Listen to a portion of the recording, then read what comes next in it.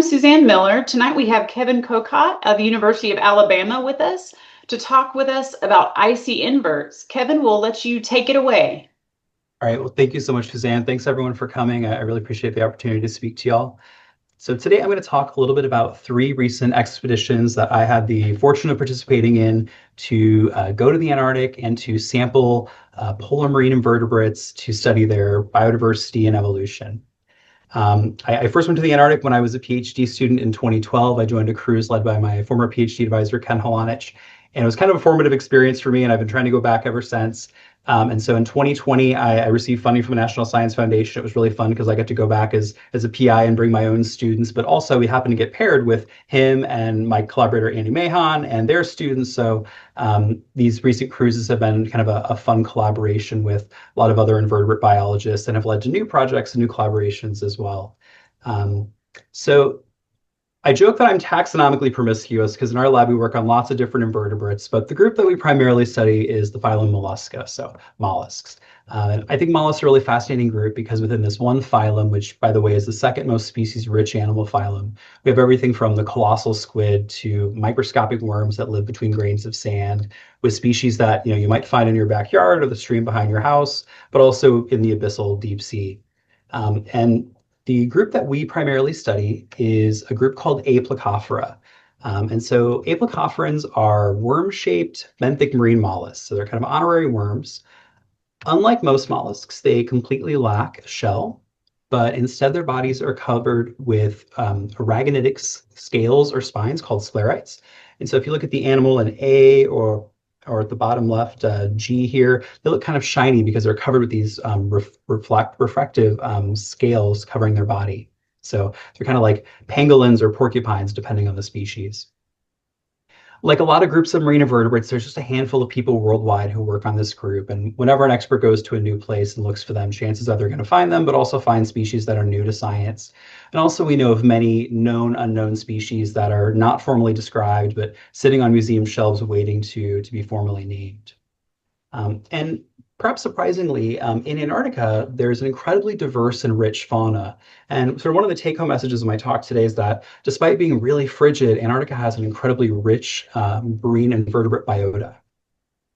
And so the work that I'm talking about today in part was funded by a grant from the National Science Foundation. And really briefly, the goals of this project were to try to train the next generation of invertebrate systematists. We know there's real need to be training future taxonomists, as many groups have so few people working on them. So we're doing taxonomy training workshops, but also involving students in this polar research. So bringing them out in the field to get that important field experience.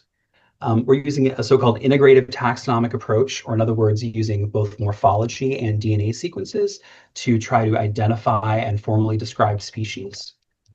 And part of this is to generate then a DNA barcode library from as many kind of expert identified specimens as we can get our hands on. So we're trying to carefully identify animals based on morphology, but then generate DNA sequences for them because this is kind of a taxonomically challenging group. And most non-experts don't want to go through the tedious process of identifying specimens using histology, which I'll talk about. And so we're generating sequence data from these animals as well. We're working on the phylogeny of the group using phylogenomics, which is just a buzzword for using genome scale data to infer phylogeny, which I'm not really going to talk about today because we're not done. And lastly, we're using the phylogenies we reconstruct to think about sort of early molluscan evolution. And I'll briefly touch on that at the very end of the talk. But mostly what I want to do is show you a lot of pretty pictures of cool things from Antarctica. So this is the ship that we were on for these last three cruises that I'll be talking about today. This is the RVIB Nathaniel B. Palmer. So this is an icebreaker. And during all of these cruises, we've kept a blog going where each participant takes turns posting a daily blog, which could be anything about what they thought their cabin is like, to being homesick, to cool critters they saw that day, to you name it. And so it was really fun to see everyone's perspective about doing this field work and their experiences. So if you're interested, you can take a look at the project website there. So this is my team from the most recent cruise. So that's me on the left. My collaborator, Dr. Sarah Gherkin, in the middle left. So Sarah is like the world expert on comma shrimp or humations. And so I first sailed with her in 2020 which I had no interest in humations at the time. And by the end of the cruise, we were like writing a grant together to study the genomics because I thought they were so interesting. So she's very infectious, that one. In the middle right is Victoria Vanderbrandt. That's Sarah's master's student who's working on sort of population genetics and biodiversity of Antarctic humations. And without stealing any of her thunder, because she'll be presenting on this at SICB this year, her research is showing there's way more humations than were previously thought to be in the Antarctic, and lots of cryptic species and things like that. And then on the right is Kamila Gluchowska, who is a PhD student at the University of Łódź in Poland. And Kamila studies teneids, which are another group of paracarid crustaceans. So we had three crustacean folks and me. I was the odd one out, but I'm an honorary paracaridologist now, I guess. And this photo is from our 2023 cruise, and this is all the members of my lab that joined that cruise. So on the left is Emily McLaughlin, who's a PhD student in my lab, and for her dissertation, she's generating a monograph of the Antarctic aplacophorine fauna. Will Ferris, who was a technician in the lab until recently, Franzi Bergmeyer and Carmen Cobo, who are postdocs in the lab. That's me. Nick Roberts, who's a PhD student in the lab, although he's defending in just a couple weeks. And Chandler Olson, who's a PhD student in the lab, also working on polar aplacophorines, but he's working on those around Iceland.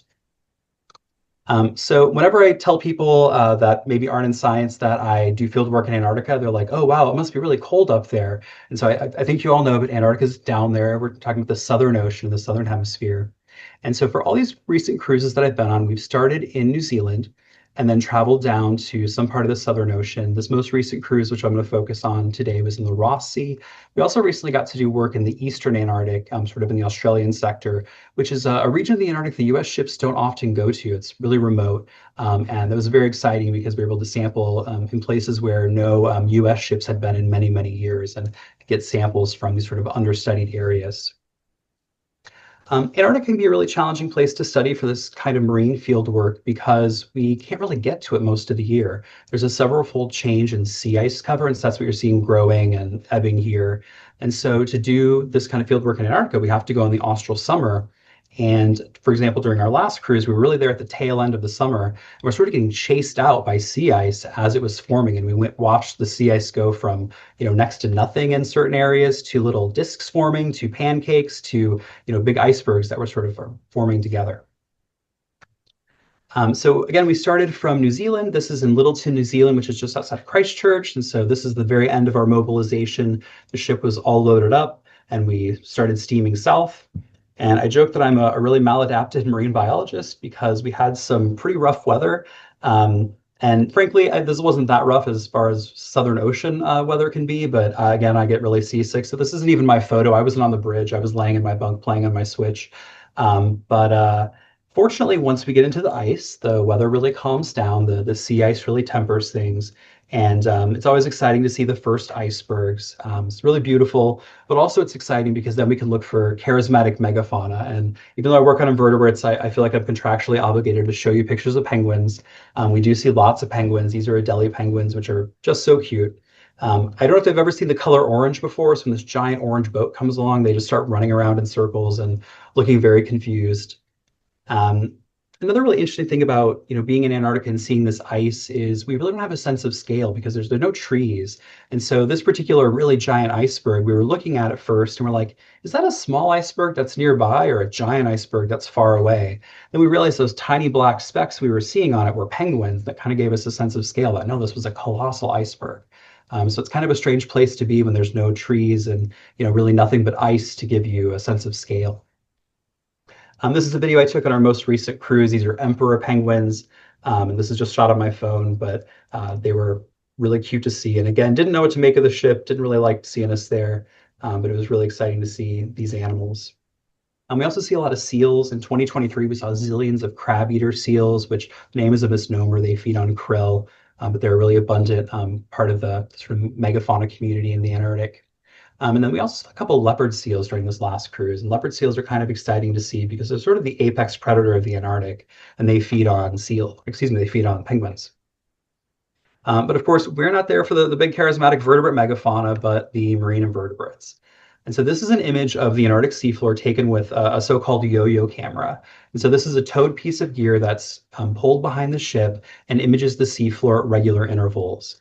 And as you can see, the Antarctic seafloor is completely covered with life. There's lots of sponges, these ball-shaped things, and various bryozoan. I think these are tunicates. Those are bryozoans, and there's a coral. So heaps of life. Here's another image. This is a giant Antarctic sponge, a Rossella.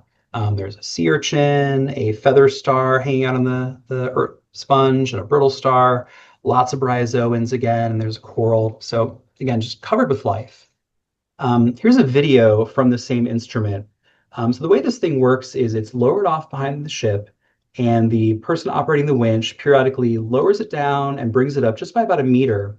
And this is just a lead weight kind of hanging from the camera. And whenever it goes down and touches the seafloor, that triggers that flash, and a high quality photo is taken. The video you're seeing is just from a GoPro we strapped to the thing. But so you can see as we're going along, there's a sea star, and it's going to hit the bottom and take a flash photo again. And there's a pencil urchin, which narrowly misses getting hit by the weight. The lasers you see are 10 centimeters apart, so they kind of provide a scale bar. So there they are passing over Lubidiaster, that's a giant Antarctic sea star, although not the biggest Antarctic sea star. There's some that just get absolutely huge. But you get the idea. So there's a lot of interesting animals down there, and I think more than some people think, given the fact that the water temperature is something like -1 degrees. But so for our work, we need to get physical samples of these animals to do that morphological work I was talking about, but also then to sequence their DNA. And so the piece of gear that our teams primarily use is the so-called epibenthic sled. And so this is a piece of gear that's lowered out behind the ship and towed behind the ship along the seafloor, and sort of stirs up the top layer of sediment and collects the critters living in that top layer of sediment. So it would go right over something like a sea star and hopefully not squish it, but it would collect the animals living on the surface layer that gets sort of stirred up as it's being pulled along. And so here's sort of a photograph of this thing from the manufacturer. It's got this metal frame with two basically plankton nets coming back from it. And then there's this door that actually closes once it's off the bottom, so we don't just fill it up with plankton on the way up. And so here's Camila and Sarah collecting a sample that was brought up from the EBS. The net mesh here is 500 microns, so we're getting pretty small animals, but not really tiny things like myofauna.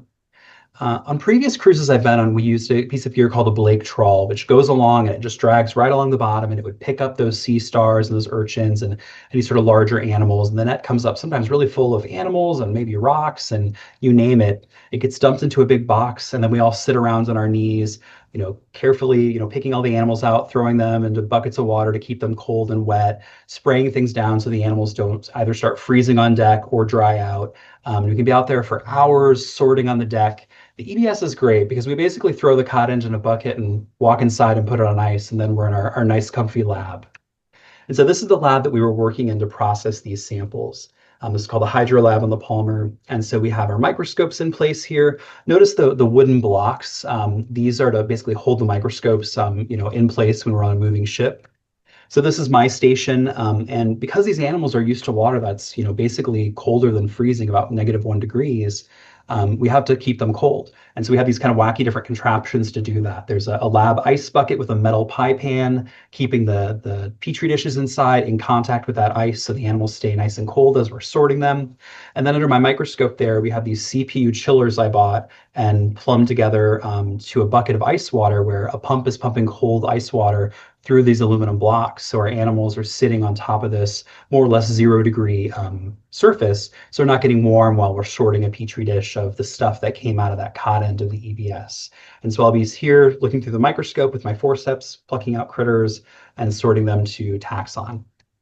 So here's Sarah and Camila in the lab. Obviously, it's a candid shot. They had no idea I was taking it, but spending many hours in the lab sorting. Victoria and I were on the opposite shift, and so the ship's working constantly. We're 12 hours on, 12 hours off. This was my attempt to take a GoPro video of us working, but this gives you a sense of what it's like to sort samples on a moving ship. This is an icebreaker. We were in waves at some times, and so this is just the ship kind of bouncing around and us trying to sit under the microscope and pick these animals out. Victoria and I sat across from each other for literally 12 hours a day at times, and so we know all about each other's hopes and dreams, but again, it was an awesome group and we had a really fun time doing it. So in addition to just picking the specimens out and preserving them, everything more or less gets documented by photography first. A lot of animals have color that goes away when they're preserved, or it's a soft-bodied animal like a worm. When we preserve them, they shrivel up and look more like a raisin sometimes. And so having photos of everything while it's alive is really important. And so we have this macro photography setup and lots of light to get good images again on a moving ship where otherwise they might be blurry. And so here's some photos of some of the critters to give you a sense of scale. That is a piece of a ruler we chopped up, and those are 1 millimeter marks. And so this is one of those chumations or comma shrimp that Sarah and Victoria work on. Again, this is kind of my gateway drug to paracarids. I was kind of indifferent about crustaceans at first. I mostly work on squishy things, but they really got me into the crunchy things. So this is one of my favorite cumations. This is another one. This is Cyclospis gigas. This beautiful photo was taken by Victoria. And yeah, this is gigas. It's one of the giant ones. It's almost a centimeter long. So again, we're mostly working on pretty small animals coming out of the EBS samples. There's lots of beautiful amphipods in the Antarctic. This is an acanthonotozomelid, if I got that right. There's zillions of different groups of amphipods, and the main takeaway was they're challenging to identify, but it was fun trying to learn them and recognize the different diversity. This is an epimeria. This is Epimeria inermis, a really kind of shy one that curled up. Another epimeria, a really diverse group in the Antarctic. This is probably one of my favorites. So this is a caprellid or a skeleton shrimp. And if you're familiar with these, they're often, about a centimeter long or so. But in the Antarctic, a lot of animals get really big. This one was about 10 centimeters long. So these were absolute giants that I had to move into a bigger petri dish to even be able to photograph. This is for the terebranch lovers in the audience. There was also a team using a rock dredge, and at one point came up with a net just completely full of Cephalodiscus hodgsoni, to which I, like a lunatic, ran out there and stuffed them into bins and tried to preserve as many zooids as I could for in situ hybridization. Yet another side project. But as a mycologist, I was trying to focus on mollusks as much as I could. So we got lots of interesting gastropods and sea slugs and other weird mollusks like scaphopods or tusk shells. But again, the group that my lab primarily focuses on is these worm-like aplacophorans. And so here's one of the more porcupine-like varieties that's spiny. And here's a more pangolin-like variety that's scaly and again looks shiny because of the light sort of reflecting off of those scales. And so again, if you notice the scale bar here, I added to the bottom left of this one. This is a fairly small animal. And in fact, this animal belongs to a family that is not even described from the Antarctic. There's no species formally named from Antarctic waters. We found several species from this family in our recent cruises. So despite the fact that the Antarctic fauna has been somewhat well studied, we were still finding lots of new species, but of small animals, right? Well, we were also finding relatively big animals. And again, big is relative, but for an aplacophorans, this is a giant one, several centimeters long. And so, we were surprised to be finding, multiple new species of even relatively large animals. One thing that's challenging about this group, though, is many of the species are kind of rare. And so, for example, for this particular species, we have just one specimen of the species. And so it's kind of hard to describe a new species from one specimen. But fortunately for aplacophorans, the sort of taxonomically informative parts are at the head and tail end. And so to name a new species from one specimen is actually not super hard because we can still get molecular data from the middle of the body. So basically, we will take the specimen and photograph it really well before we cut it, and then use the anterior and posterior ends for histology. We can use the middle of the body for getting DNA and other information. And so briefly, here's some histological sections from a very similar animal. This is work done by my collaborator, Christiana Tott and I. And so by looking at these sections, she did these beautiful internal anatomical reconstructions. And again, from the outside, I couldn't necessarily even tell you what family that animal belonged to, but by looking at the internal anatomy, particularly characters of the radula or their teeth, and these really complex foregut glands they have, which are thought to be involved in their ability to basically swallow the stinging cells of cnidarians without them firing, which is kind of analogous to swallowing a loaded gun. So we do histology to look at internal anatomy. Increasingly, we're using microcomputed tomography, which is expensive and kind of technically challenging, but allows us to look at the internal anatomy and see, for example, the reproductive anatomy and the digestive anatomy without actually even cutting the animal. So we still have the intact specimen. And so briefly, here's some work that was done by a PhD student I mentored who used micro CT to look at internal anatomy of a few different species of aplacophorans. We also do scanning electron microscopy. These animals are really interesting under the SCM because you can see all these scales and spines. But if we look closely, they're really taxonomically informative, at least in some groups. So in some cases, we can't really get much information from the simple spines they might be covered with, but in other cases, this can be really informative. And by using that middle part of the body, we can put it under the SCM, get close-up images of these taxonomically informative structures, which can be really weird in some groups, like these hollow hooks on one family.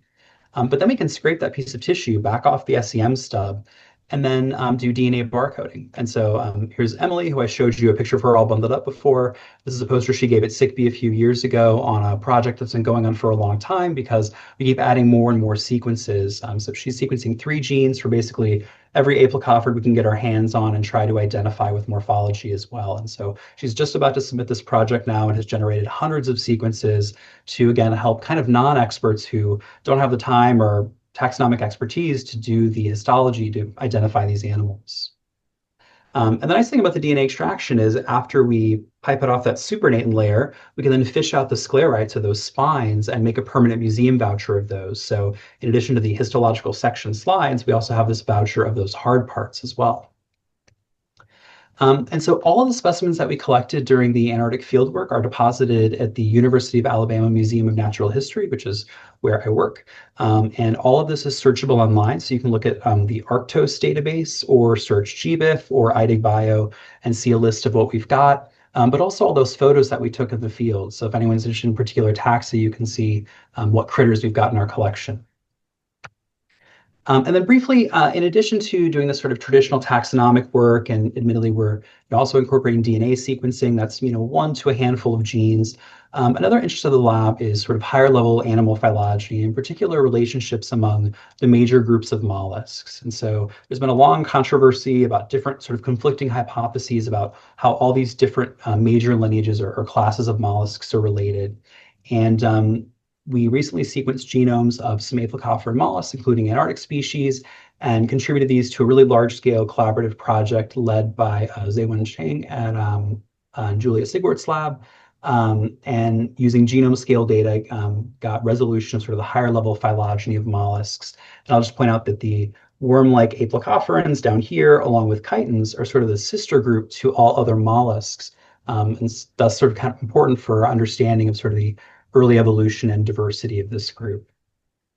So I think I'm over 20 minutes now. Sorry about that. But with that, I just want to thank everyone for attending. And I have a lot of collaborators and amazing students who have contributed to this work. And I want to especially thank the National Science Foundation for funding all of our polar field work. Well, thank you so much, Kevin. I thought I will kind of kick off the questions if you don't care. And if anybody else has follow-up questions after me, you might want, if you don't want to be on the Zoom, on the YouTube, you might want to make sure and turn your camera off before you ask a question. But I'm always curious when noticing what tools you used. I'm always really curious what sort of improvisational tools people had to come up with once they actually got into the experiment or their expedition. That is such a great question. The ship is amazingly well stocked. They have this amazing wood shop that's just like the platonic ideal of a really organized and well stocked wood shop. But thank gosh, because there's so many times where we realize like, oh, we need to do this and we don't have what we need. And they're like, oh, we got you. And the marine technicians on the ship are so skilled and talented at building the wackiest contraptions to solve problems that we have. And this is anything from we need to secure 5-gallon buckets in the cold room so they don't tip over to I need an adapter for this microscope because the lens isn't compatible. It's one part they're well prepared in terms of stuff, but two, they just have really talented people working on the ship who are incredibly helpful. Oh, that's great. Did anyone else have any questions they either want to put in the chat for Kevin to read or you could ask him? I have a question. Great Hi, Kevin. Yeah, great to see you. Thank you for the invitation, Suzanne, and great talk, Kevin. Man, first question is, do you need any volunteers on your next expedition to the Antarctic? So I kind of have some bad news about that. I don't know if folks have heard, but due to recent budget cuts, Oh, the no. National Science Foundation has decided to, and I don't think saying not renew the lease is technically accurate, but the Nathaniel B. Palmer is no longer in service for the U.S. Antarctic program. And so Oh, no. currently, USAP is without a polar research, excuse me, as well, an Antarctic research vessel. The Sikuliak will be doing some work in the Antarctic in the near future, I know, but Oh, yeah. I believe it's going to get more challenging now to do field work in the Antarctic, which is a real pity. Oh. But there's been talk in the past of building a new and amazing ship, and I'm hopeful that that will happen someday. Well, in Canada, they made an expedition, I think the first time in a long time last year, and I think they're planning on going again. So you may look there for some lab space. I think it's anyway, I'm sorry to hear that. Yeah, I was really surprised. I mean, it was a surprise to me to see that your APLAC offerings are sister to chitons. And because I taught when I taught them sort of the aplac ofference sister to everybody else, and then polyplac ofference. Is there some morphological characters that support that clade? sort of. I mean, so the diagnostic character, the snake morphic for that group is basically the sclerites. So the sclerites and the chitin girdle are pretty similar to apelcopheran sclerites. But what's also kind Hmm. of convincing for me about that hypothesis is if you look at the early development Oh, of sorry, they're sister to sorry, they're sister to polyplac offerings, aren't they? yeah, In your Nature paper, yeah. Sorry. So so how are they similar to polyplac offerings? so in the early development of some apelcopherans, they have like these serially repeated sort of bands of sclerites, and it Oh, seems like the apelcopherans are probably evolved from a more chitin-like ancestor that secondarily lost their shells. There's oh. some cool work out of Andy Vonneguer's lab where they were doing gene expression work to show that. And I'd love to see more work looking at these genes involved in like setting up not segmentation but boundaries basically that might give some more evidence of that. There's also some Hmm. really cool fossil taxa that are kind of like intermediates between chitins and apelcopherans, but are probably their own thing. Thank you. Yeah. Thank you. Well, Chris, if it's okay, we'll go over to Wynn's questions in the chat there. Did you want to read those, Kevin? Oh, sorry. Yes. So two questions. Okay, what are the spines made out of, and what are the life histories of the animals? Can you tell whether your samples are larvae or adults? Yeah, two great questions. So the spines are made out of aragonite, which is the same stuff that the shells of like gastropods and bivalves are made out of. Um, One thing that varies a little bit from group to group is kind of how robust the spines are. So in the scaly ones, those spines are really fragile. And if we preserve them in, say, formaldehyde, we have to like rinse them off really well and transfer them to ethanol because if the formaldehyde starts kind of breaking down over time to formic acid, they dissolve like that. Whereas the ones that are spiky, they seem to be much more robust and don't decalcify like that. And in terms of their life history, so the apelcopheran mollusks have swimming larvae that are lithotrophic, so they have kind of yolk, they don't feed. And we don't really know much about their life history in terms of how long they're in the water column. Probably not a super long time. But so the larvae are pretty distinct from the adults in that sense that they're free swimming, but they sort of have this, indirect develop, excuse me, this sort of direct development where they gradually become more and more adult-like and sort of slowly settle out of the water column. Um, so some of the really small animals I showed you, we're pretty sure they're adults because we can actually see through the body with good lighting and even see eggs inside of them.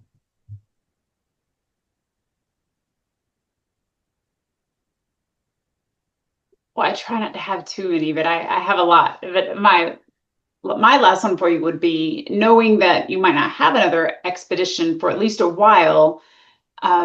What is something you wish now that you would have gotten time to explore while you were there? That's a great question. When we're in the field, I always feel very rushed and, it's kind of like fix first, ask questions later and, trying to just snap photos and preserve things. And it's a rare opportunity to be able to study these animals alive. And on the other hand, we're trying to collect as much as we can for the museum. But definitely, I wish I would have spent more time getting nice videos and photos of live animals kind of doing their thing because I don't know when I'll be able to do that again. But on that note, I should plug so my PhD student Chandler Olson, who I showed you in the second photo I think I showed. He has a website called the Naturalist Project, and he has a really great YouTube channel, including some videos of live apelcopherans like actually moving. You can really perceive that they are moving. They're pretty slow, but Oh. they're doing their thing. See if he'll let you share the link with us and via email, and then I can include it with your link. That'd be Okay. great. Yeah, we'll do. Yeah. Well, thank you so much for making time. Did anybody else have a last one? You know how this goes. Everybody gets off in like 10 minutes later, an hour later. I have 3 things I wanted to know. Well, feel free. I'll be sure to post Kevin's link on our YouTube, and I'll have his contact information there if you end up thinking of anything. We really appreciate everybody making time tonight, and thank you, Kevin, very much. My pleasure. Thanks a lot. Have a good one. Bye, everybody.